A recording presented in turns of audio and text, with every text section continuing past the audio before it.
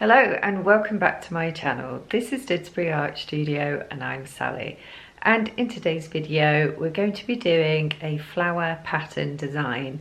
I've got some kind of like a scuba fabric neoprene similar to, and I'd really like to just get into doing a couple of different designs. I'm going to try out a few different pattern formations and see how it affects the design. I'm going to scale up and scale down as well. Enjoy this video, let's get into it. So this is the flower pattern design, which is another popular one, and I have explored the formation of the crosses where I placed them to create the flower design. I also like the back of it as well. So what I thought I'd do today is just play around with the size of the crosses and where we place them, just to see kind of what layout we could get with the neoprene fabric. So it's a version of the neoprene fabric. Got this fabric from Leon's in Chorlton, the neutral colour, and so I had these as sample pieces of fabric, so I just thought I would use them. Oh, we've got a few different ideas here that I've already just drawn out to save a little bit of time. So what have we got? We've got a 2-inch grid, and I've left, so every other one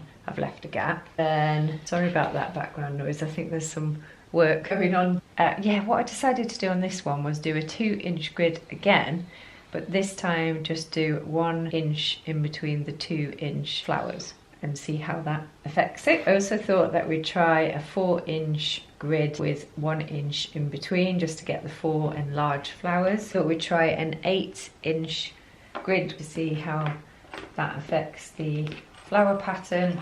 And then I did one more here, which I have done a 2-inch grid again. I've done some larger flowers and then I've done some reduced flowers. So I've done a 4-inch square there, a gap, and then we've just got a 2-inch square down here. So I'm just going to have some little flowers and some larger ones on the same piece. So we'll see how we get on. So this is the one that we're going to start off with. I'm just going to use white upholstery thread and let's get going. Oh yeah, and I used the friction pen to draw it all out with, and my quilter's ruler. Okay then, so to start off with, we're just going to start on the bottom right hand side of this square. So a very small stitch, and then another one, and I'm just going around the square clockwise.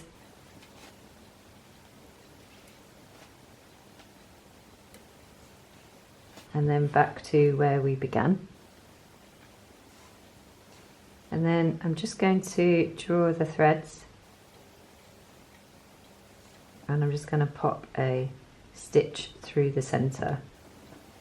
I'm actually just putting my needle through that loop there, just to give a bit of a hold before I put another knot into it. The next one, exactly the same, so starting in the bottom right, all the way around, then I'm going to pop up to the top and down, and then we're done.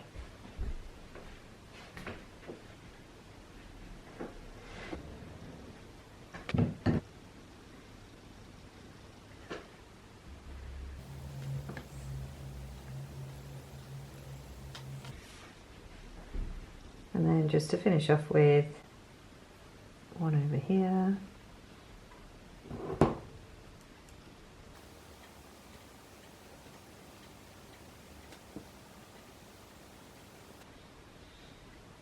Mini. Okay then, on to the next one. I've got a feeling I've put these squares too close to the edge of the fabric already. That's probably going to work over here a bit better, but considering I've just done this one, I still need to remove the pen. I'm not happy that that is so close to the edge, because it's not showing the flowers off as well as over here when it's got more space around it. As I've already drawn them out, we're still going to try them. You know how to do the flower all the way around, finish, pull, on to the next one. So I've got to say, this is a bit wacky. I've just finished all the stitching and it's almost gone into like an old Rubik's Cube, into more of a 3D form here. What I'm trying to do now is I'm just going to try and push the petals through on the back of the fabric.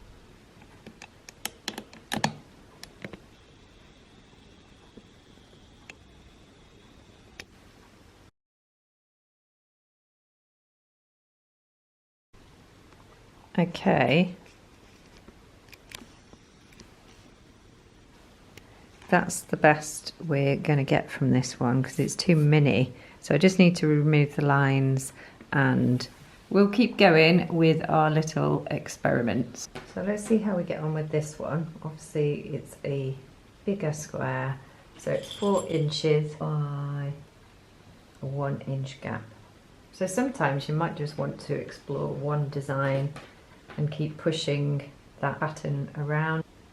Today I'm just interested in playing around, experimental play, but with this amazing fabric. I need to use this more.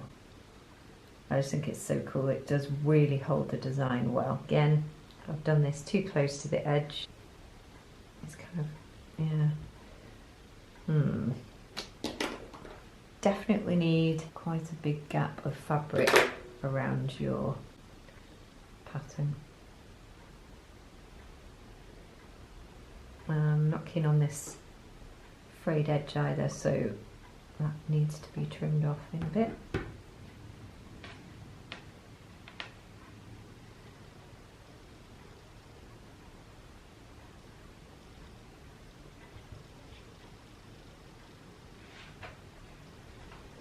I'm not actually sure whether we can save this. So there's one petal. That one's on the edge. Sure at all about this one. Goodness me, what is going on here? Crikey, it's just not even holding the petals. Right, I'm gonna leave it like that and then I'll just trim off the frayed bit and I'll just have to remove the pen and we'll take another look in a bit. Okay, so it's 8 inches down, 7 across, and it's just gonna give me a bit more of a gap around this side here. So I've gone all the way around, pull this in. So I'm not really sure what this is looking like right now. So you're gonna have to leave me with it whilst I consider whether I'm going to include this or not. Okay, last one. So one here, a smaller one down here, another larger 4-inch grid, and then another smaller one over here. So same as usual. I'm all into trying different things out, and you've got to take the rough with the smooth. You've got to go through the process really, haven't you, and see what works. But what I do like, what my discovery here is, what I do like is this whole idea of starting on a flat piece of fabric, going a little bit 3D, like some of these more relief ones here, and then just going a little bit bigger into 3D. So I need to just have a little mess around with this, see if we can do anything here, because I feel as if it's losing its losing its shape. Yeah, I was just about to say I like it, the idea of kind of flat fabric moving into relief and then going into full-on 3D. Okay, that's the little collection, all 5. I'm not taking anything away. This is it. These are the experiments that I tried.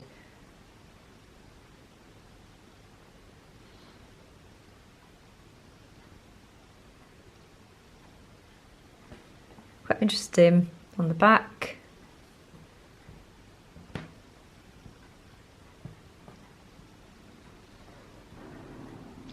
But I don't want the back.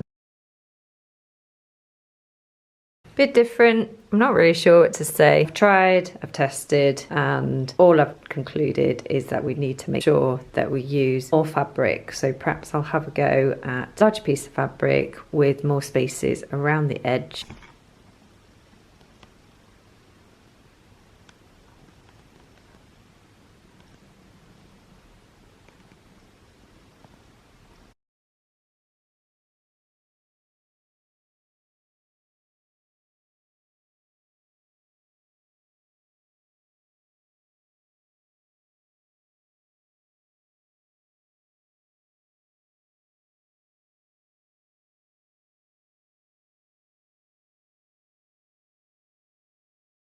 Okay, so I've got a large piece of that scuba fabric. As I said, it's a version of the neoprene. It's not quite the same. And over here, that I've done another grid, which is 4-inch squares. And I've done a square, marked off, a space, and another one, and then a space. And I've left a huge gap around the side just because I want to see if this is going to come out any better. So it's a nice large piece. Let's see how we go. I think I'm probably going to put this on a time lapse.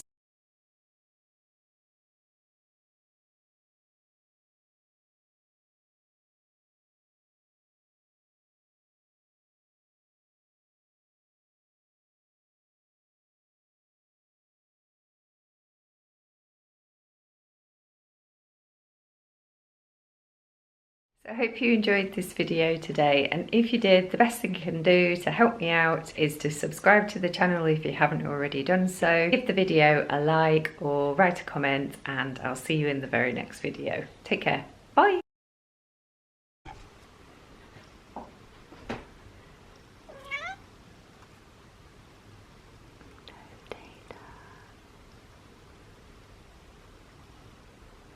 Hi.